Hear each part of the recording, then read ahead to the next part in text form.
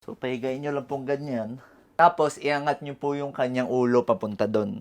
Okay guys, so simpleng senyales po ang ituturo ko sa inyo para ma-check kung may problema sa utak yung kakilala nyo. Yung kakilala mong galit na galit kapag nakikita kang umaasenso sa buhay, diretso mo na sa ospital, di na kailangan ng test yan. So first, pahigain nyo lang po yung kakilala nyo. So, bigyan nyo po ng unan para may suporta sa ulo niya. So, pahigain nyo lang pong ganyan. Tapos, iangat nyo po yung kanyang ulo papunta doon.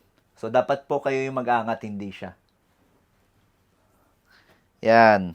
Dahan-dahan lang po para hindi siya mahilo. So, normally, dapat po, pagkaangat ng ulo, hindi magbabago yung itsura ng tuhod niya. Ngayon, pag may problema po siya sa utak, specifically sa balot po ng utak, ganito po yung mangyayari.